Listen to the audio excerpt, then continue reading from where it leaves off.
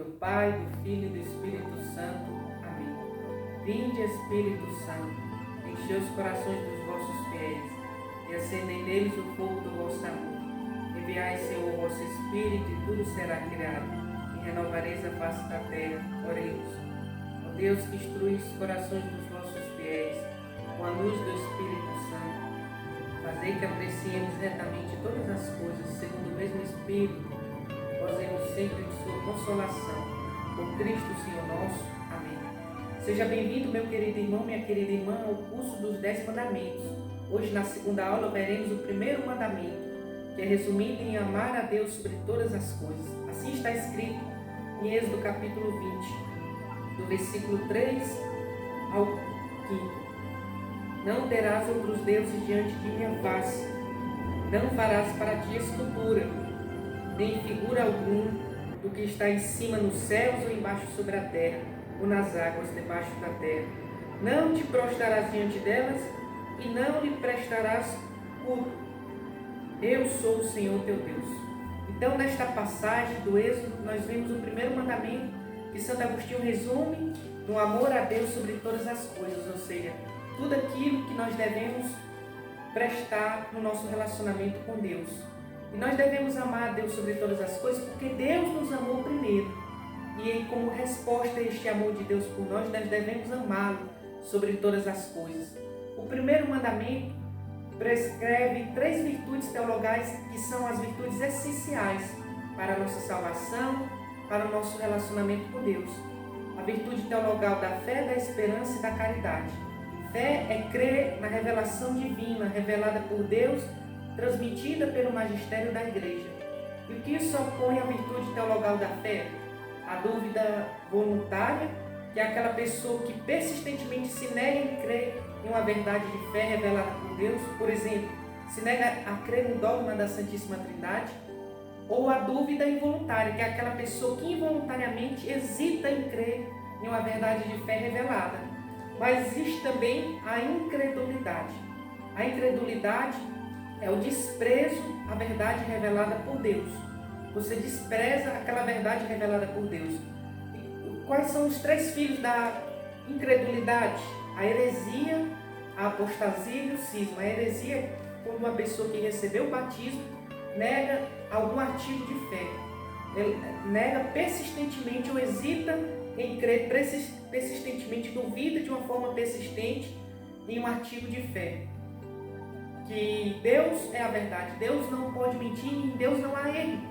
Então, a pessoa que nega de forma persistente comete o pecado da heresia. Outro filho da incredulidade é a apostasia, que é o repúdio total da fé cristã. Também o cisma, que é quando se rejeita a sujeição ao sumo pontífice e a comunhão com os membros da igreja que estão em comunhão com o Santo Padre. Então esses são os 3 filhos da incredulidade e se opõem à virtude teologal da fé.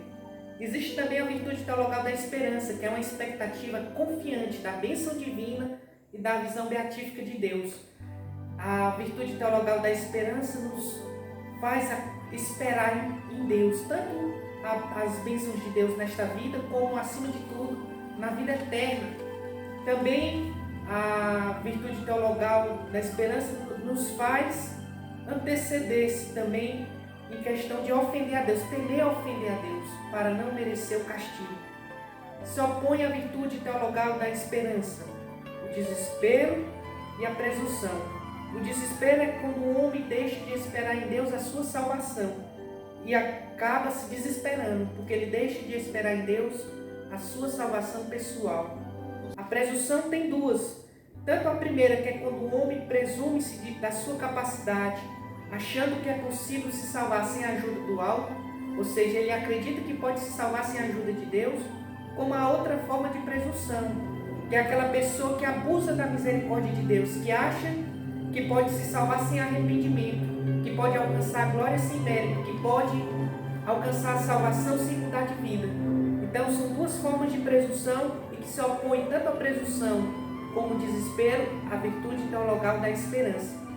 E a virtude teologal da caridade, que é o amor a Deus sobre todas as coisas e o amor ao próximo como a nós mesmos. E o que se opõe à virtude teologal da caridade? Se opõe à virtude teologal da caridade, a indiferença com a caridade divina. Ou seja, a pessoa diz que acredita em Deus, mas vive como se Deus não existisse. É indiferente a Deus, à igreja, é indiferente aos sacramentos. A ingratidão é quando a pessoa, Deus acumula de graças e bênçãos e ela é ingrata, ela não agradece a Deus pelas graças recebidas. A tibieza, que é quando a pessoa hesita, ela hesita em atender o apelo divino, ela demora em atender o chamado de Deus, porque ela prefere, por amor próprio, fazer a sua vontade. A tibieza consiste nesse apego ao pecado venial e é uma ofensa ao amor a Deus sobre todas as coisas. E a assídia, que é a chamada preguiça espiritual, que muito mais do que isso, é um aborrecimento do bem. A pessoa não tem gosto espiritual de ir à missa, de viver na igreja, de rezar. A pessoa não tem gosto pelas coisas de Deus. E o caso mais extremo, que é contra o amor de Deus, que é o ódio a Deus, que é quando a pessoa se revolta contra Deus e se coloca na oposição, muitas vezes até de blasfêmia, de ódio contra Deus. Por isso, nós devemos prestar a Deus um culto. Foi o que a leitura nos falou do Êxodo. Devemos prestar a Deus um culto, que é um culto de latria. E como é que a gente presta a Deus esse culto? Primeiro, com adoração. Devemos reconhecer que Deus é o supremo bem. Devemos submeter toda a nossa vontade a Deus, absolutamente, pelo culto de adoração. A oração também. Existe a oração de louvor, de ação de graças, de súplica, de intercessão. A oração é uma elevação da nossa alma a Deus. E como fala o catecismo, é indispensável para viver, para cumprir os mandamentos da lei de Deus. O sacrifício, que é quando fazemos mortificações, penitências, jejuns, por amor a Deus. Tudo isso é uma forma de cultuarmos a Deus. Até quando você está enfermo ou está passando por uma tribulação e une a sua cruz à cruz de Cristo, ao sacrifício de Cristo. Isso produz muitos frutos e é uma forma de cultuar a Deus. E também fala o catecismo, as promessas e os votos. Você faz promessa de fazer uma peregrinação, uma esmola, uma oração, ou faz um voto. A promessa é algo mais temporário, o voto é algo mais permanente, como por exemplo, de homens e mulheres que fazem voto de pobreza, castidade e obediência. Portanto, é um compromisso com Deus, que compete à igreja, em certas ocasiões, dispensar o cumprimento dos votos. A respeito do dever que temos de evangelizar, o catecismo fala isso no primeiro mandamento. Nós temos que testemunhar a nossa fé e precisamos amar a Deus sobre todas as coisas e fazer com que Deus seja amado sobre todas as coisas por outras pessoas. Sabemos que existem pessoas de diversas religiões e o catecismo fala que essas diversas religiões devem ser respeitadas, com o dever de levar o espírito cristão para todas as instituições ou lugares onde estivermos, o fermento do Evangelho. O primeiro mandamento proíbe a superstição e a irreligião. A superstição é o uso excessivo do sentimento religioso de forma desviada. Já a irreligião é o oposto, é um defeito, porque há uma escassez do sentimento religioso. A superstição tem vários filhos. A superstição é você atribuir a certas práticas, certas orações, até coisas boas, um certo poder que essas coisas não têm, sem virem acompanhadas de uma mudança interior. A superstição é acreditar em coisas, em sortismos, em horóscopos, e é um desvio do sentimento religioso. Como filho da superstição temos a idolatria, que é quando se adora outros deuses, quando se coloca alguma criatura ou situação acima de Deus. Existe também a questão da adivinhação, que a adivinhação é quando você busca predizer o futuro, quando busca descobrir o futuro. Mas o que é que diz o catecismo quando fala do primeiro mandamento sobre esse tema da adivinhação? O nosso futuro deve estar entregue com confiança à divina providência. E lógico, o catecismo ainda faz esse alerta: devemos ser previdentes, devemos ter cuidado para não ser imprevidentes. Devemos sim ser previdentes, mas o nosso futuro devemos entregar confiantemente à divina providência. Por isso devemos rejeitar toda forma de adivinhação, de ocultismo, de consulta ao futuro, seja por leitura de mãos, leitura de cartas, consulta aos votos, necromancia, até mesmo o próprio espiritismo. O catecismo fala que nós católicos devemos evitar o espiritismo. Mas existe também outra forma desse desvio do sentimento religioso, que é a magia. ou feitiçaria, que é quando se busca obter um benefício ou malefício, invocando entidades que não têm nenhuma ligação com Deus.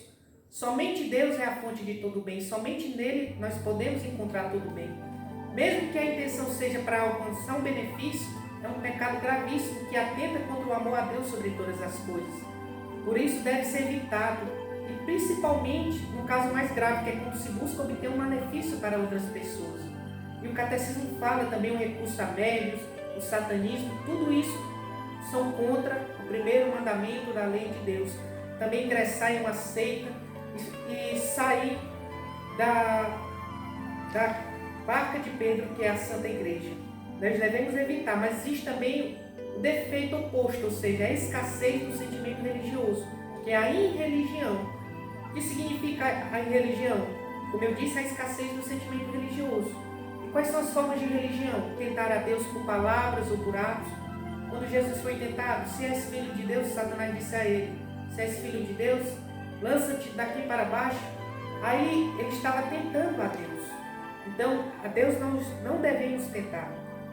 Outro filho da irreligião, o sacrilégio, que é a profanação das coisas sagradas. Principalmente em seu aspecto mais grave, a profanação do Santíssimo Sacramento da Eucaristia, mas também de todos os objetos, coisas ou pessoas consagradas a Deus. O pecado também da simonia, que é a tentativa de compra das realidades espirituais. Tudo isso é condenado por Deus no primeiro mandamento. E também na sua situação mais extrema, o ateísmo e o agnosticismo. O ateísmo é a negação da existência de Deus. E o agnosticismo é aquele que está em cima do mundo, que acredita que nem se pode provar, mas também nem se pode negar a existência de Deus. Ou seja, é aquela pessoa que não se decide. E por muitas vezes o agnosticismo se reveste de um ateísmo prático. Portanto, ambas as formas devem ser rejeitadas, porque ofendem o amor a Deus. O homem nega o seu Criador. O homem se recusa a testemunhar o seu Criador. O homem duvida do seu Criador. E por isso, atenta contra o amor a Deus sobre todas as coisas. E por fim, como a gente viu, a questão das imagens. Deus não proíbe as imagens de santos, da Virgem Maria, porque os primeiros cristãos, quando eram perseguidos, esculpiam as imagens nas catacumbas. E o próprio Deus manda fazer querubins, 2 querubins para colocar na Arca da Aliança. A própria Arca da Aliança é uma imagem. A serpente de bronze, manda Moisés fazer uma serpente de bronze. Então Deus não é contra as imagens, que se façam as imagens para a veneração. Que Deus está proibindo a imagem de ídolos, que são os falsos deuses dos pagãos, que o povo judeu vivia imerso naquele tempo. Portanto, Deus nosso Senhor inaugura essa questão das imagens de uma forma específica com a encarnação do Verbo, porque Cristo é a imagem do Pai. E os primeiros cristãos esculpiam imagens nas catacumbas. E Deus, o próprio Deus, logo em seguida vai mandar Moisés colocar querubins na Arca da Aliança. Vai mandar Salomão encher o templo de querubins, que são imagens de anjos. Portanto, que possamos amar a Deus sobre todas as coisas, como fez a Virgem Maria. A vossa proteção recorremos, Santa Mãe de Deus. Não desprezeis as nossas súplicas em nossas necessidades, mas livrai-nos sempre de todos os perigos. Ó Virgem gloriosa e bendita. Amém. Em nome do Pai, do Filho e do Espírito Santo. Amém.